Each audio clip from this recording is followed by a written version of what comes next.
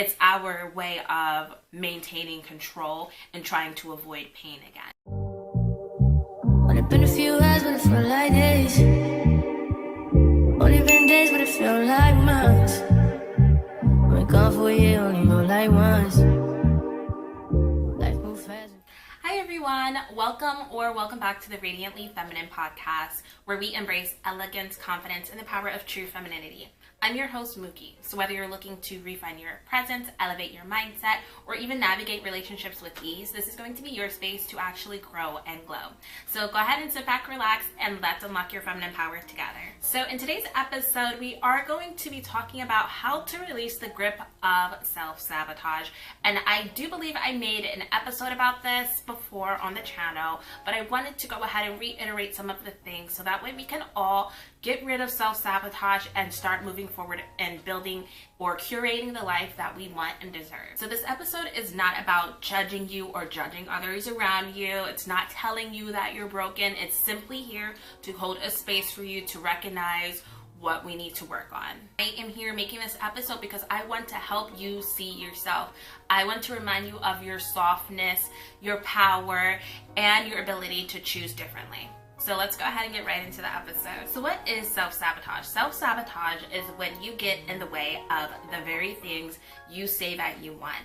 It's procrastinating on your dreams. It's settling in relationships that drain or even traumatize you, or turning down great opportunities because deep down, you don't feel worthy of more. But here's what I've actually learned, which helps set me free. Self-sabotage is not laziness. It's not a weakness. It's actually a protection. It's your inner child or your subconscious, if you will, trying to protect you, because something that's familiar to you or your subconscious actually feels safer than trying to be better, because being better or pursuing better is unknown, and your brain's main function is to keep you safe and to keep you alive. So even if better is something that you are constantly dreaming about, that fear of the unknown or those some subconscious limiting beliefs are going to hold you back, because your brain or your subconscious is scared of the unknown, and it's scared of what will happen, and it's scared of embracing the unknown because it doesn't mean protection. So I want to talk about how feminine energy relates. So when you're living in your feminine energy, you are feeling, you're receiving, you're surrendering, but self-sabotage hardens us. It makes us operate from fear, from control, from survival, which is also known as wounded feminine. So I want you to think of self-sabotage as this. I want you to think of you're driving and you have to stop to pay a toll. And once you pay that toll, you're free to go zooming down the road at the speed that you were beforehand. So I want you to think of self-sabotage in this way. If you do not pay that toll, you're scared to pay the toll because you don't know what's beyond that toll, you don't know the road or whatever. Those feelings, those emotions that come up, they are coming up to protect you. Your fear of the unknown is coming up to protect you. It's like flashing warning signs at you saying, hey, we don't know what's gonna happen if you pay this toll. But once you pay the toll, it's basically acknowledging that those feelings are valid and they're present in the moment, but those feelings are not meant to hold you back or keep you stuck. You're going to pay that toll and you're going to embrace the unknown, that open road, with ease and comfort. So in other words, those difficult feelings are enabling you to self-sabotage because we don't like the feeling of being uncomfortable. We don't like the feeling that those emotions, that those big emotions are bringing us, because it's all too uncomfortable. But once you build some resilience and tolerance for those big emotions, you'll be able to navigate life a little bit easier. Back to how this relates to our feminine energy, we're actually cutting off our flow when we self-sabotage. We're cutting off our inner voice, so we're not in touch with our intuition, and then we are stopping ourselves from being soft. We are stopping our soft side from taking over and just being relaxed and at ease with what life is presenting us with. We are allowing our big emotions to stop us and to keep us stagnant, so that way we feel safe, and it's our way of protecting ourselves. So it's not necessarily a bad thing, but it is important for you to know that you need to manage your big emotions and know how to handle your big emotions, so that way you can keep moving forward rather than staying stagnant and still. So what this can look like in your life is you start saying yes, or you've been saying yes when you really want to say no. So that is a way of self-sabotaging. Another way of self-sabotaging is ghosting people or cutting people off because you're scared and you're scared to trust people. So you're cutting people off or ghosting people that can actually be good for you. Another way that self-sabotage can show up in your life is you chase chaos. Because remember what I said, the familiar feels more safe than the unfamiliar. So when we are so accustomed to having chaos in our life, say we grew up in a dysfunctional household, we grew up in a chaotic household, that is something that our subconscious deemed as normal behavior because it was familiar to our subconscious. We normalize chaotic situations from a very young age. So growing up in chaos can make you feel accustomed or familiar with chaos, and that will make you subconsciously choose chaotic situations later on in life.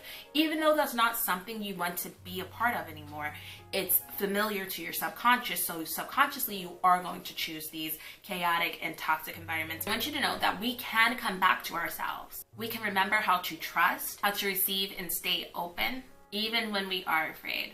And my therapist told me, back when I was going to therapy, she did tell me sometimes you have to do the uncomfortable things, because I was telling her I didn't want to be in a certain situation, but it was uncomfortable for me to get out of it. So she told me, sometimes you have to do the uncomfortable things. And that right there, those words right there, changed my perspective. Because it's like, when those things are uncomfortable, it's our subconscious telling us it's not safe, it's not safe. But in all actuality, when you get past that unsafe or unknown territory, it can actually be good for you. The grass can be greener on the other side. So it's actually in those moments that we are avoiding that can actually bring the biggest changes in our lives, the biggest and best changes in our lives. So it's actually those changes that are putting you on the path for getting what you want out of life. I'm going to just share a quick little story. So when I was younger, I did encounter some abandonment, which led to abandonment wounds that I didn't heal from until I was older. So for me, I didn't like the uncomfortable feeling of having to let people go. So what I would do is avoid getting close to people. I would try to avoid the situation where I had to trust people, and I would oftentimes cut people off before they cut me off. And I had to realize this was a problem in order for me to heal from that abandonment wound. I had to address where that abandonment wound came from, because again, this happened when I was a child. It happened years ago. Basically, these memories were suppressed. I had to dig them back up. I had to unpack them in order to figure out why I felt this way and why I was treating people this way. Even though I wanted closeness, I was craving closeness, but for some reason I couldn't grasp onto it. But it took me going back into my childhood and just basically speaking to my inner child and saying, hey, it's okay to trust people. It's okay. Not everybody is going to leave you. And if they do, these feelings may be uncomfortable, but they are not going to last. It's about embracing the uncomfortable situations, the things that we are trying to avoid.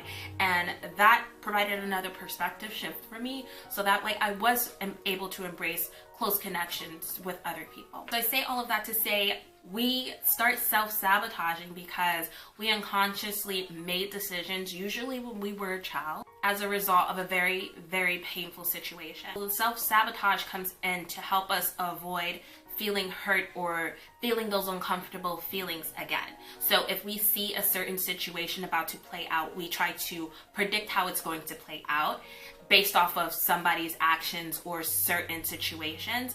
And then this way, it's our way of maintaining control and trying to avoid pain again. It came to a point for me that I had to realize that fear of being hurt again was actually hurting me. It was actually holding me back. So it was a defense, but it was stopping me from moving forward because of fear. So I had to stop living in fear of the unknown and start embracing the unknown so that I could stop self-sabotaging. A book that I recommend you all read is The Mountain Is You. I talked about this on my channel before, but it's by Brianna Wiest or West. I'm sorry if I'm mispronouncing that, but it helps you to realize if you are self-sabotaging. Basically, The Mountain Is You is you're standing in your own way. You are self-sabotaging. So I really recommend that you guys read that book if you haven't already, so you can start identifying what is holding you back in life, because 9 times out of 10, it's you. So again, I recommend reading that book, because once I read that book, I realized I was the only person standing in my own way. I was the only reason my life had turned out this way. Yes, there were some factors from the people in my early years of life that helped me see the world or create a certain perspective about the world and the people around me. Yes, those people helped mold that. But at the same time, I'm an adult, I'm an able-bodied adult, so I do need to take responsibility for my own actions, and I do need to develop a certain level of self-awareness so that I can unlearn certain behaviors and start learning behaviors that are going to put me on the path for the life that I want. So I do want to share this, that when you believe certain things about yourself, you are going to subconsciously choose those things to reaffirm that belief. So say if you believe that you are unlovable, you are going to subconsciously choose people that reaffirm that belief that you are unlovable. So you are going to choose toxic people or people that are emotionally unavailable just to reaffirm that belief. That's how crazy, or that's how strong our subconscious beliefs are, and that's the big role and that's the best way I can explain how much of a big role our subconscious or limiting beliefs hold us back. So like I said, we'll keep doing certain things to reaffirm that belief about ourselves. So whether it's I'm not beautiful, my body is not good, I'm not healthy, we are going to keep doing, subconsciously choosing these things or choosing things to reaffirm these beliefs about ourselves. So I will talk about that in a whole nother episode, limiting beliefs, because that is a whole big topic that I would like to do a deep dive into. But just know that if you have certain beliefs, and these are typically negative beliefs about yourself, they are just subconscious beliefs that you can actually change. So that way you stop choosing things that reaffirm those beliefs. I would like to share some gentle reflections that you guys should consider. So I want you to consider, do you talk yourself out of opportunities because you feel unprepared, even if you are, or even though you are? Do you abandon things once they start going well? I want you to consider, do you feel uncomfortable when things are calm, so you create tension? Consider, do you wait for the perfect time to start something and never start? Do you ghost to avoid confronting the issue? So if any of these hit home, you're not alone. I've been there too. So like I said, subconsciously, we choose people, we choose things, we choose situations that our subconscious feels familiar with, that our subconscious has normalized from a very early age or from a very early point in our life.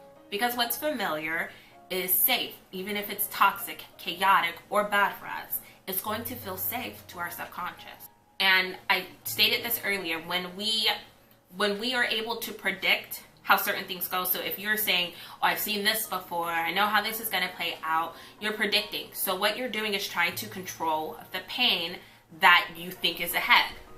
But this is self-sabotaging. This is holding you back from actually experiencing what you want out of life. So I want you to know, if you're somebody who does this, you are still living in the hurt of the past. You're not actually living in the hurt of the present or what's to come because you're predicting. You're living in the hurt from the past.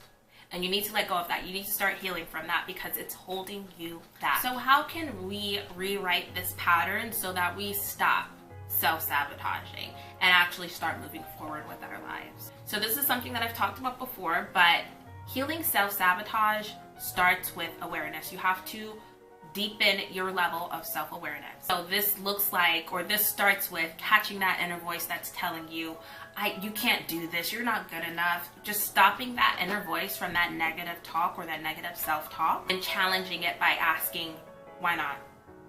Who told me this? Why can't I do this? Why am I not good enough? Just challenging that negative self-talk. That's what it starts with. And I want you to start speaking to yourself like you speak to your dearest friend, especially if they're hurt. So it starts with you acknowledging your hurt and acknowledging what feelings you're feeling. I would recommend you guys read this book called Who's Talking. That author is a very intelligent person, and I found his book because I saw him speaking on TikTok, and in his book he would ask himself, who's talking? And when he's asking that question, he's speaking to himself and he's trying to acknowledge which emotion is talking. So you can start by acknowledging your emotions by saying, who's talking? And you can just acknowledge the emotion, and then you can ask, what can I do for you? So that way you can see what you can do for that to calm that emotion or let that emotion pass on by. And then I want you to remind yourself that you are safe. You are an adult now. You're not a child. So remind yourself you are safe to receive the good things. You are safe and you are good enough. You're safe to rest. You're safe to be seen, and you're safe to receive. So this isn't going to be something where it's like, oh, I'm gonna stop self-sabotaging today. No, this is going to take a daily devotion. So start small, because a lot of things can start coming up once you start unpacking unhealed wounds from the past or limiting beliefs from the past. So just start small, take it day by day and moment by moment, and just remember that it is going to take a daily devotion to start deepening your level of self-awareness and to stop yourself from self-sabotaging. But I do recommend that you guys read both of those books, Who's Talking and The Mountain Is You. So today I do want you all to let this episode be a mirror, not to judge you or to tell you what's wrong with you, but to show you who you are or what side of you is standing in your way, so that you can say, hey, you need to get out of the way because I have somewhere to be.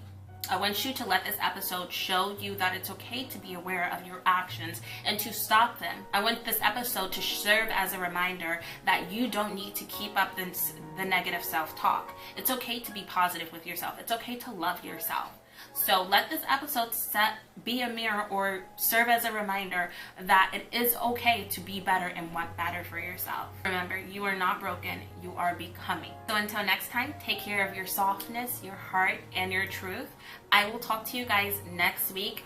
Again, if you are not subscribed, please subscribe to the channel. I am trying to remain consistent with uploading on YouTube, but I do consistently upload on the podcast because it's just a lot easier for me to talk when I'm not in front of the camera, if I'm being honest. But I am trying to remain consistent on YouTube because I love recording these videos when the time is right, of course. So make sure you're subscribed. I do have the links for the podcast down in the description. If you want to follow the podcast, I would love it if you guys did. Please don't forget to like the video because it helps reach more people, and I would like to help more people become aware of their self-sabotaging ways. And if you guys, because we are a community, if you guys have some tips and tricks on how you stop self-sabotaging, or even if you just want to use the comment section as a way to talk about what you're going through and how you want to stop self-sabotaging, or share your story of how you do self-sabotage, please feel free to leave it in the comments. I do like to read the comments. Let's just keep it lighthearted and positive for the people that do have negative feedback. And again, I do like listening to you all's feedback as well. But let's remember that we are a community and that you can share your thoughts and feelings in the comments. And I will talk to you guys next week. Thanks so much for tuning in. Bye.